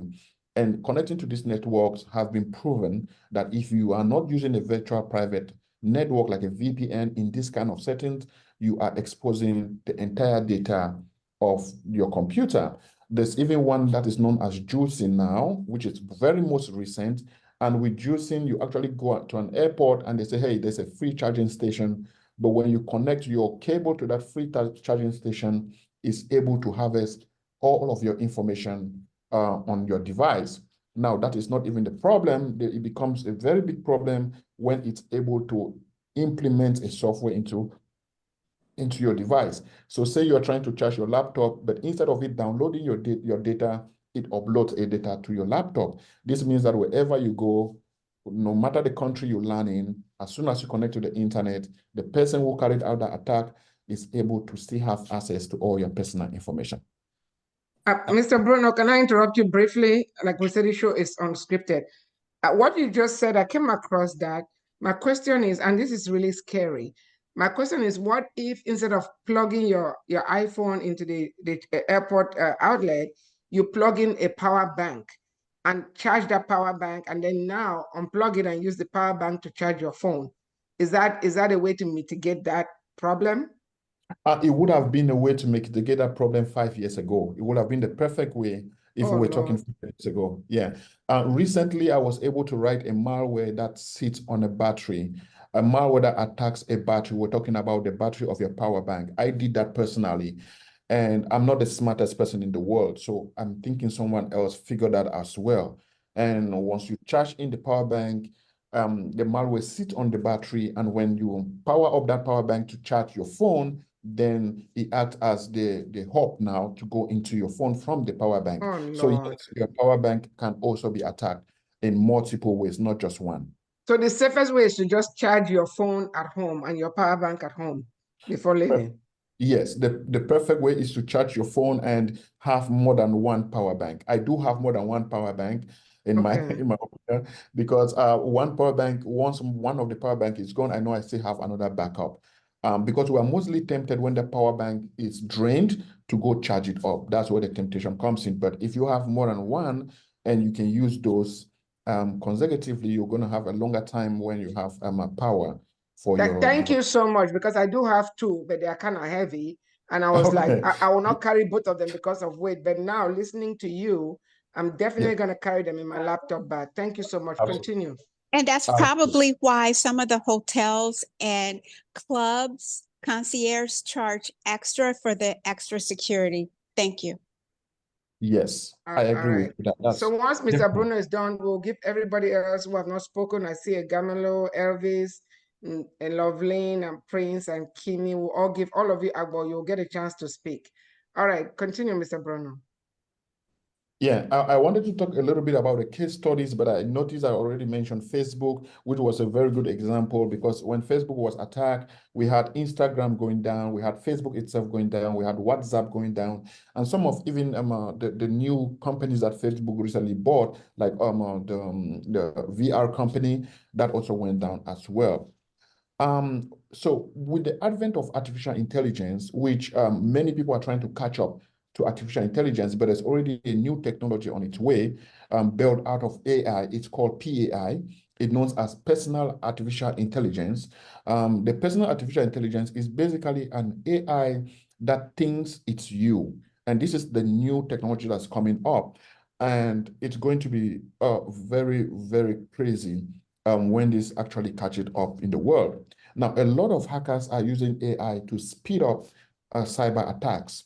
Right now, you don't need to be a very good programmer to write an exploit, which basically, or a payload, which is what the best way to describe an exploit is a hacker's a bullet. So you don't need to be a very creative person to do that anymore. Before now, you needed to be very, very creative to do it. We also have things like deep fakes that are coming up.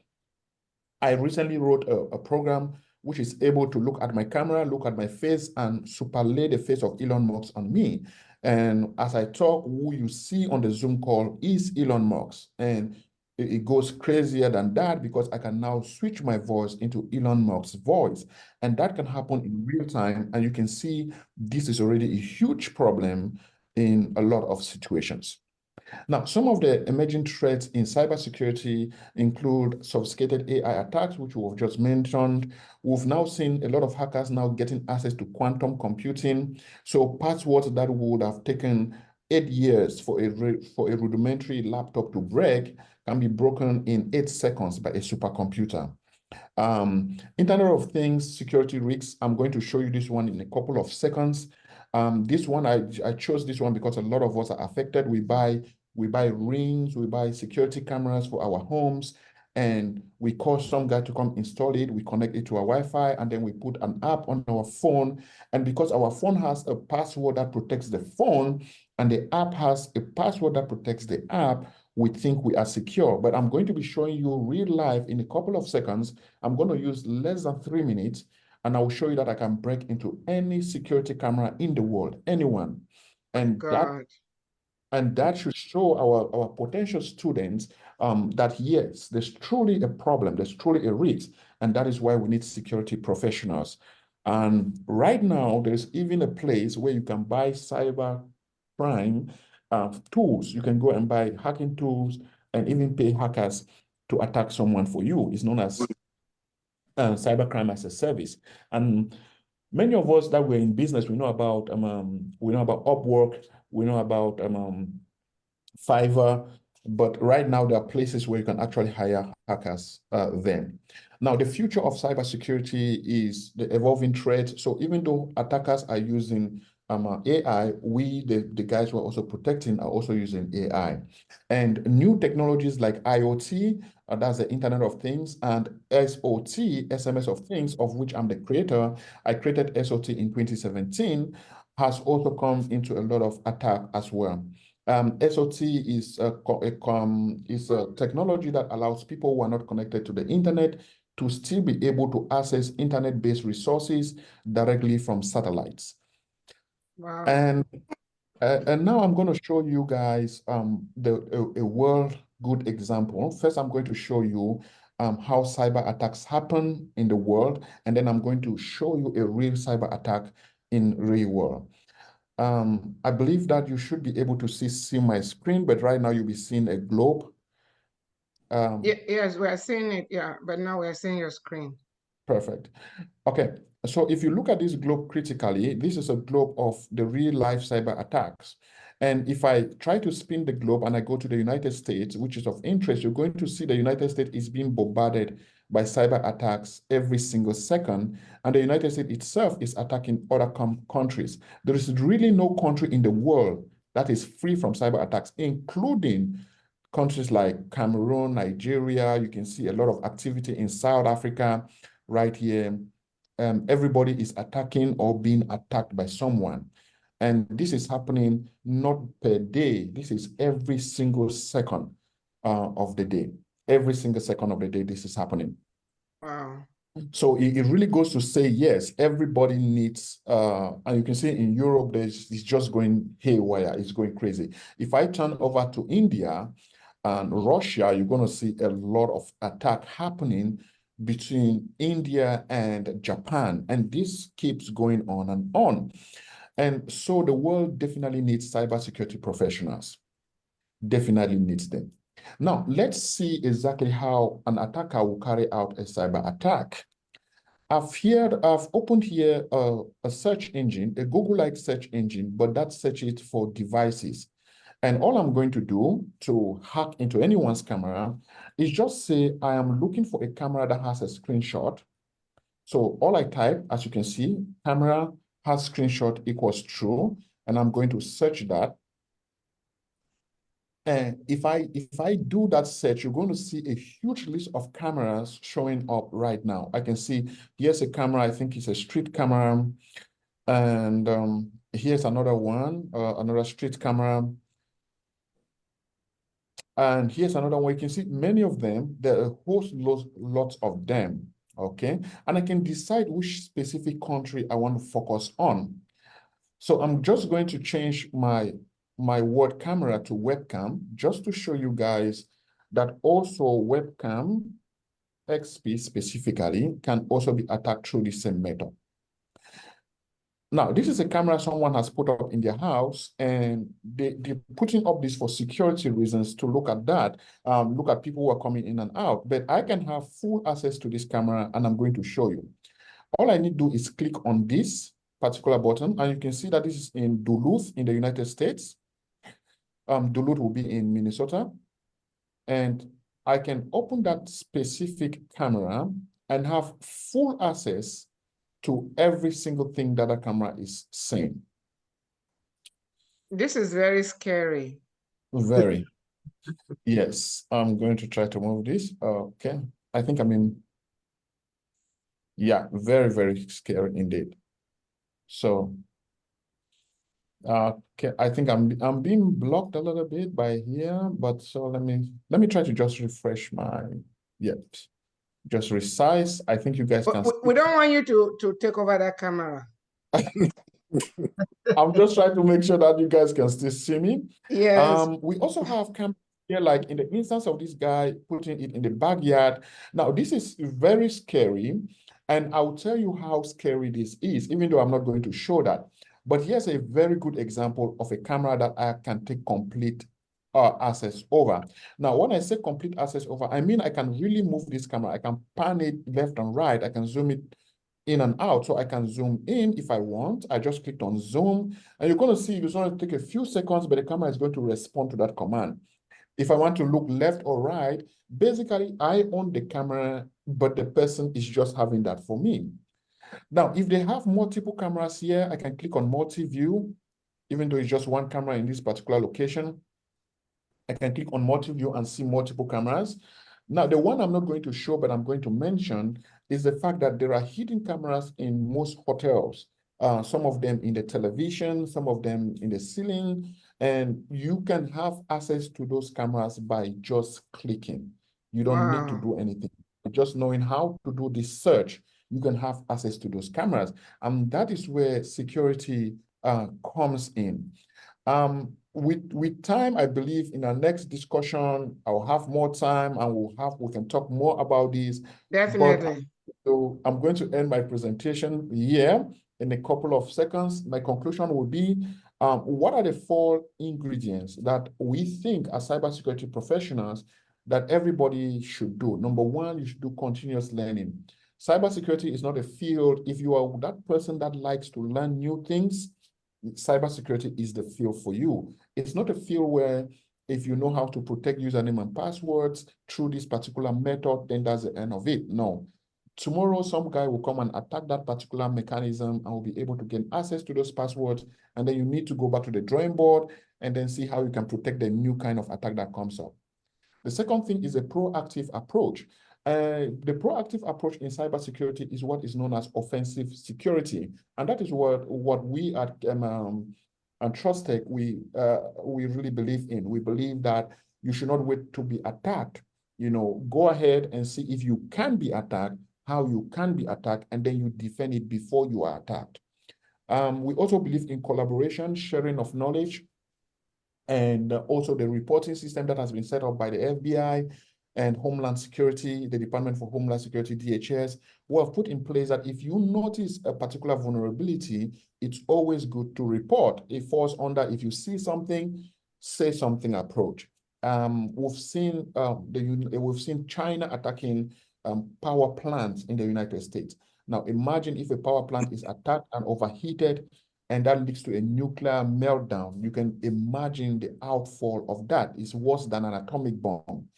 So I'm going to end there, and thank you guys so much for giving me this time to discuss with you on cybersecurity.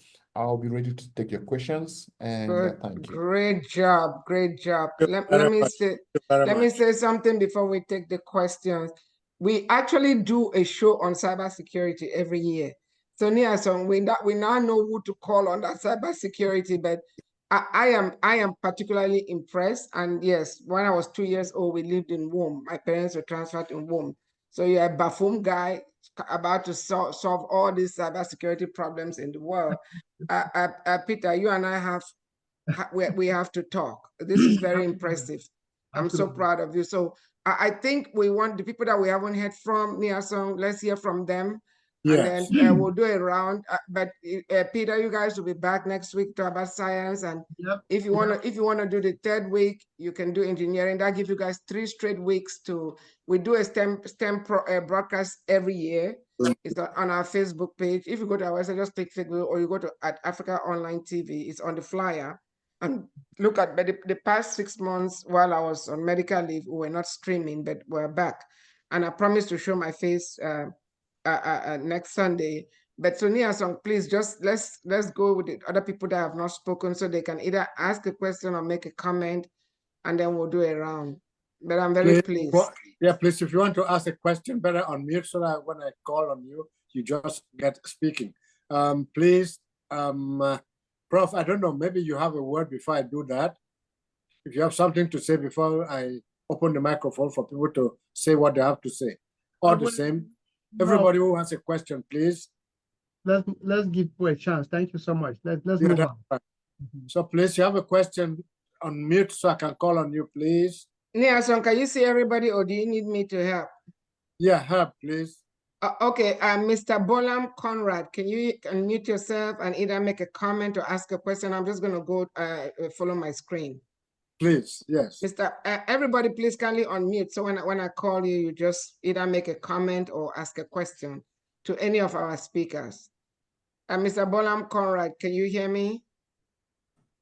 All right, what about Kini? It's not mandatory, so don't be scared. You don't have to speak. Kini, Chabi, do you have any questions? Can you or comment? Do you want to unmute yourself and speak? CNZ, Lovelyn was unmuted. Okay, Lovelyn, go ahead. Any questions or comments? Not really a question, ma. Just a comment. Okay. I follow keenly the class from the cloud computing to computing to the cyber security, and I just want to say thank you to the presenters because it was quite enlightening. And like you said, the cyber security aspect of it was so scary. Thank you so much for the presentation. Yeah, you see how smart our Black people are, especially Africans and Cameroonians. So proud of our people. Thank you, Lovelyn, for that comment. Mr. Elvis. Elvis P. Yeah, Thank Elvis. you. Yeah. Thank you, Doctor. Thank you very much. And thank you, everyone. Thank you for the presenters. I am Elvis, a student from Trustec. I am very impressed with what has been presented here today. I am happy to be here today. And so impressed with the last presenter. Me, I'm following Trustec, and then my view, I was looking up to like do the cyber security stuff. But it's right there is showing me that it's going to be an interesting thing for me. And even though it is scary, but I thank God it is going to be. Thank you very much. Awesome. Awesome. Learn as much as you can from Bruno, from Professor Akwichek, from Samuel, from Joseph, so that you can teach the younger people back home, okay? That's it, madam. Very important. All right, Mr. Abo, you have been on from the beginning. Do you want to unmute yourself? Any comments or questions? All right. Thank you so very much, ma'am. And I also want to thank Professor Peter, who is my professor. I'm a Trustec student. And I also want to thank Mr. Samuel, who is actually doing a great job. So mostly to some of us who are just new into the field of technology, but it has really been difficult for us to take that step. But having getting into the field with the massive work they are doing behind the scene is getting more interesting and interesting. Now, talking to Mr. Bruno, I was so impressed hearing that Mr. Bruno is coming from the Menchum. My mom is coming from Woma as well, but my dad from the Southwest region. I seen what he just did now, it was kind of blew my mind. I said, who knows, maybe in the future, after finishing with Prof, maybe getting into that field of 6-figure, I will join your training, sir. You're doing a great job. Thank you. Awesome. Okay, I see a Prince. Can you unmute yourself if you have any questions? And then we also have, well, I don't know, Peter, this is one of your team members. Just said Tech Infinities. I'm not sure who that person is, not Joseph.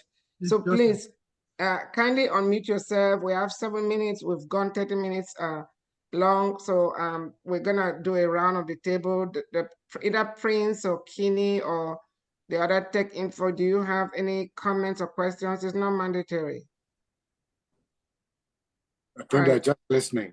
Yeah. All right, Niasong, I think we need to do a round of the table, and that maybe we'll go to Prof to do his last word, and we'll see you guys back next Sunday. Yeah, Prof will speak last. So is Joseph still with us?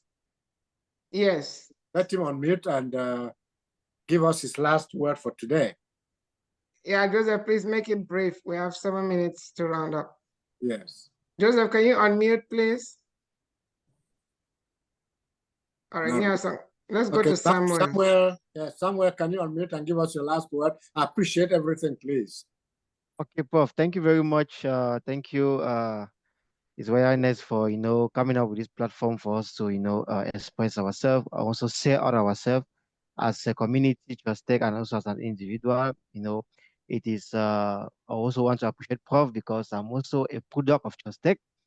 I'm a student of Trustec. Got to finish through Trustec, mentor from Prof. Came back to share the knowledge and also got a job and all the rest. So I want to thank everyone for making this possible. And for those that are completely new into the field, I'm inviting you all, you can join us in Trustec. We will offer free training for some times, introduction to cloud, introduction to computing.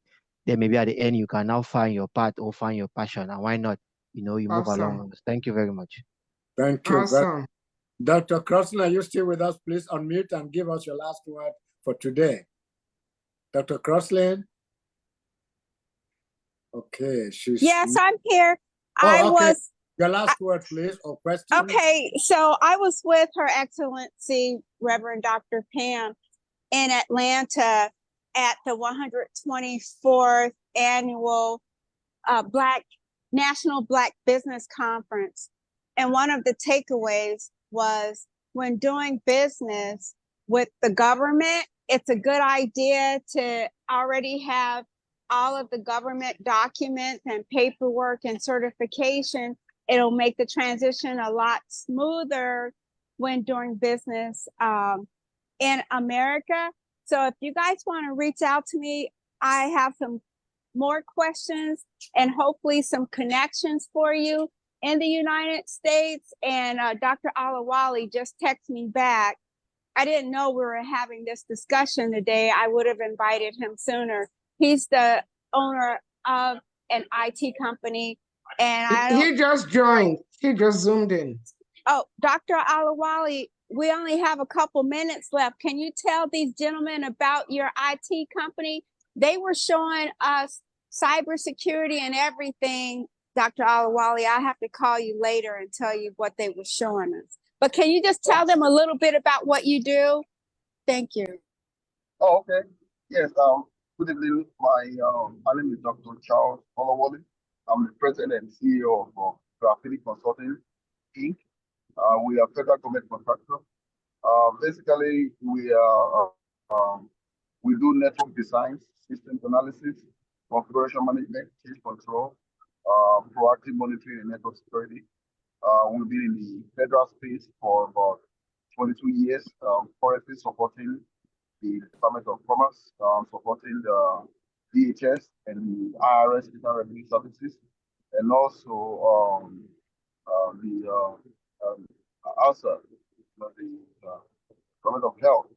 So we do a lot of contract for the government, and at this point we are 8A certified. And, we have multiple contracts concurrently, and we are also extending to the state side. We have the city of Baltimore, building what is called a smart city. They're trying to do a broadband and make Baltimore a Silicon Valley of this area. So we are helping them to deploy wireless. So I'm happy to be hearing you guys on the podcast. Thank you. Thank you so much, Dr. Olawale. We'll definitely, Dr. Crossley, please send him the link. Next week, we're going to be talking about the S in STEM. And the following week will be engineering. We'd love to have you on. We've extended the show and we are now doing a round of the table. So, Anias, I think we should just go to Bruno for his final word and Mr. Akwichek. Bruno, and Mr. Akwichek, yeah. Your last word on the program today. Yeah, thank you. I can say this for sure that the world is changing. In fact, I think it has already changed. A few years back, nobody knew about artificial intelligence, and we have not even caught up to artificial intelligence. We are now hearing of PAI, of personal artificial intelligence.